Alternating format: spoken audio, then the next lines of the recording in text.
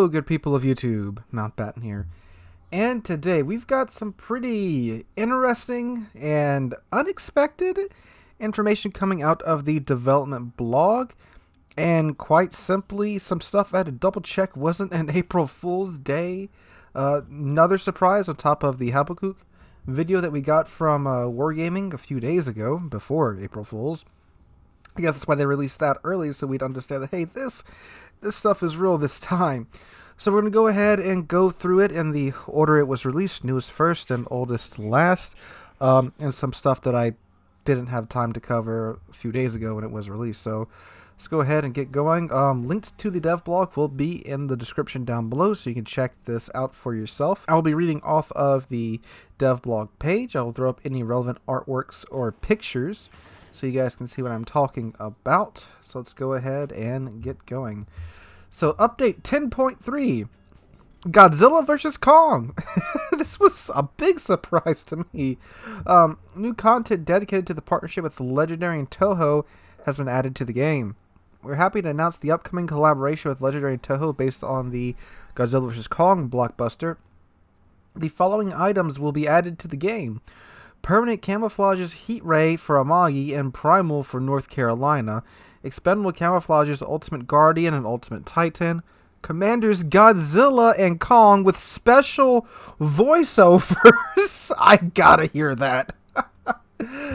Container, 2 Titans, 1 King, theme patches and flags. And here's the Godzilla Permanent Camouflage, the Godzilla Commander, and the Godzilla flag. And then for those of you that want to return to Monka, here is the Kong camouflage, the Kong commander, and the Kong flag. And I don't know. Now, I do want to know, do these guys move around on their ships? Because if they do, that is going to be awesome. But yeah, I literally watched this movie last night. Great movie. I recommend you see it if you have HBO Max, or go to the theaters and see it too. Fantastic fights. But yeah, anyway. So the camouflage, the Ultimate Titan camouflage, there it is there on the Yamato. And here's the Ultimate Guardian camouflage on the Montana. And here is the containers. So, yeah, I don't have a problem with this. I mean, the camouflages look friggin' cool. Having Godzilla and Kong on your ship moving around. I hope they move around. I'm assuming they do, since the Transformers collaboration, the Transformers did move around on deck. That was pretty neat to see. I know this is kind of goofy stuff, but again, if you don't like this type of stuff, you can turn off these special camos in your port screen, so it's no big deal to me. And I mean, who wouldn't want Godzilla romping around on their Amagi in the middle of battle? But yeah, special voiceovers. I gotta hear the voiceovers for these commanders. I'm sure it will be glorious. All right. Next up, PT 10.3, balance changes. The changes will be applied to Thunderer, Stalingrad, Italian battleships, and test ships. We've changed the characteristics of several ships, including special ships Thunderer and Stalingrad. Having analyzed their combat performance and taken player feedback into account, such changes were required in order to carefully adjust the balance of selected warships. We'll monitor the impact of the changes and general general balance of ships. As usual, we'll apply changes if deemed necessary. Thunderer, ladies and gentlemen, Thunderer is getting nerfed from a main batting and firing range of 24.3 to 23 kilometers. They've taken off a whole 1.3 kilometers of range from our main battery guns. Now, you can still take the range module, and you'll now have a 27 kilometer range instead of a 28 and change kilometer range. The Thunderer changes, I mean, we got to remember too that the devs have transitioned from big changes at a time to small changes over time regarding ships. So it is possible that we will see a reduction in range even more. And I think what they're trying to do here is persuade people to take the range module instead of the reload module. Because the main thing about Thunderer is guns. There's several things about Thunderer that make her overpowered in my opinion. But the main thing is that she has enough range to where you can take the reload module, have a 22-second reload time on her 8 18-inch guns with their insane fire chance, their insane HE alpha, their insane AP alpha, and their insane pins. 22 seconds. That is far too fast for that ship, for those guns that are that accurate and can impact that much punch regardless of the ammunition type you have selected. So I think that's what they're going for here. They're saying, okay, you can have that 22-second reload time, but you're going to have less range, which means you have to play a bit closer, which she can 100% do. She is stealthy enough to play. I mean, her detection range is 12 kilometers. She is definitely stealthy enough to play as a mid-range ship. It's just that everyone plays her as a long-range ship because she has more than enough range and accuracy to do so and still take that 22-second reload time. So I think that's what they're going for here, and I think we'll see several more changes to her as time goes on. I do find it odd that they do this after she's been removed.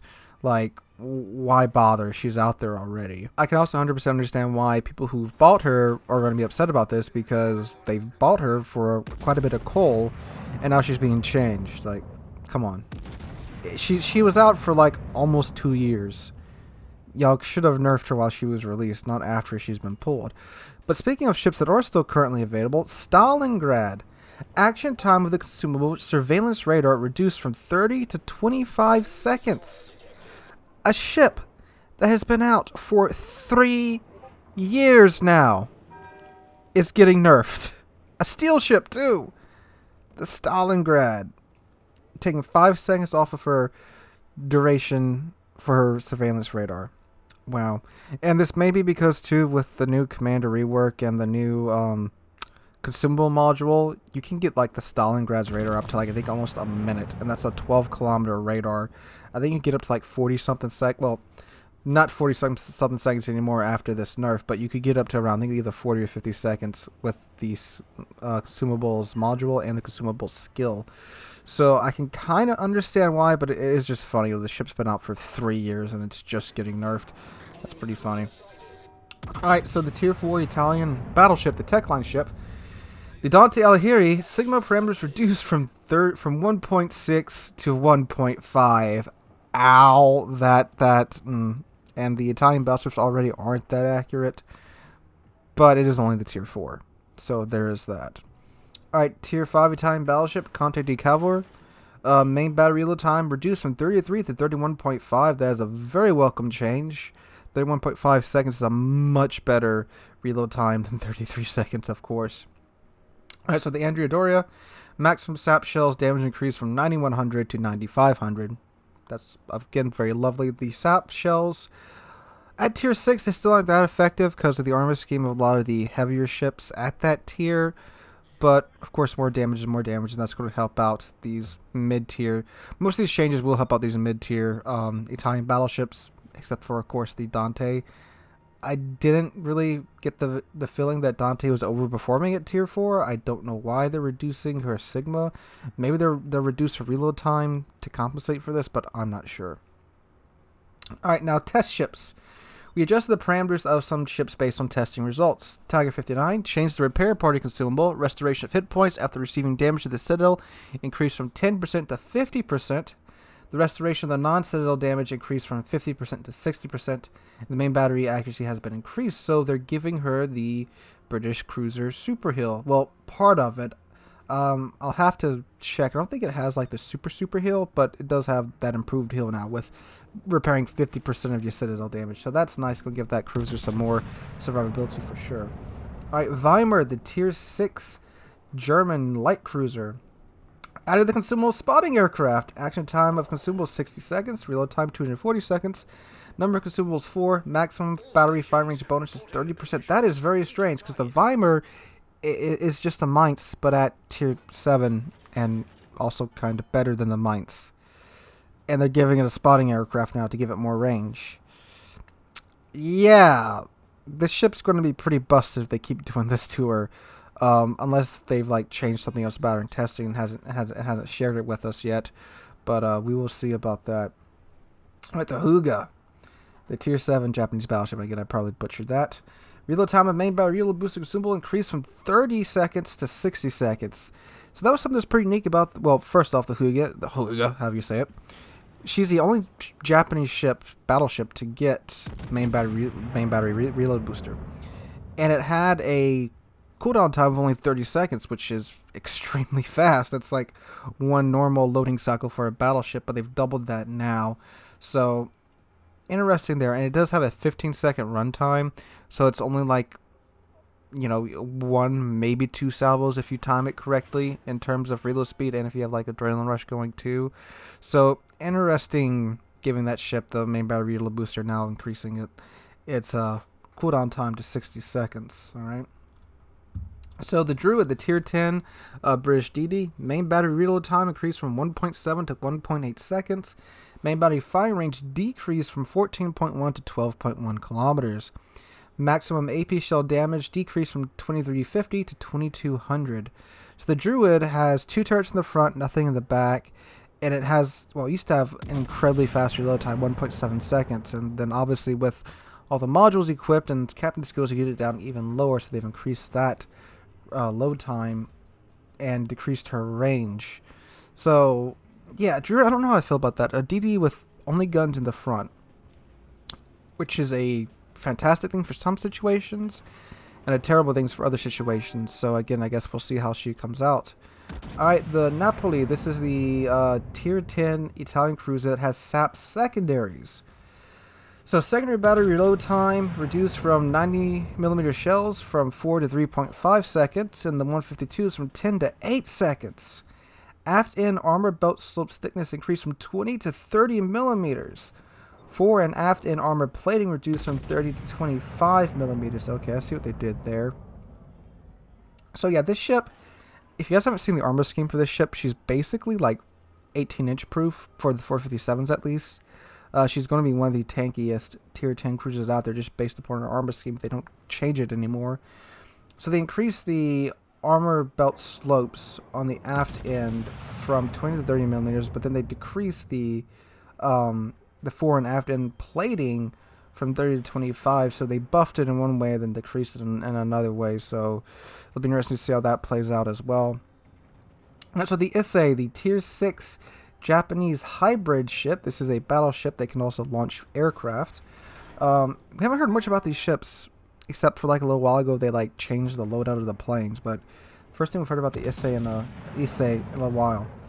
So the restoration time has been reduced from 180 to 120 seconds, and the size of the attacking flight has been increased from 3 to 4 planes, and the aircraft per squadron has been increased 3 to 4 planes as well. So 1 more plane, and that's it. They get 1 more plane per squadron. Alright, next one. Update 10.3. High School Fleet. This one wasn't an April Fool's Day joke. I didn't think it was because we've had these collaborations before, but here we go.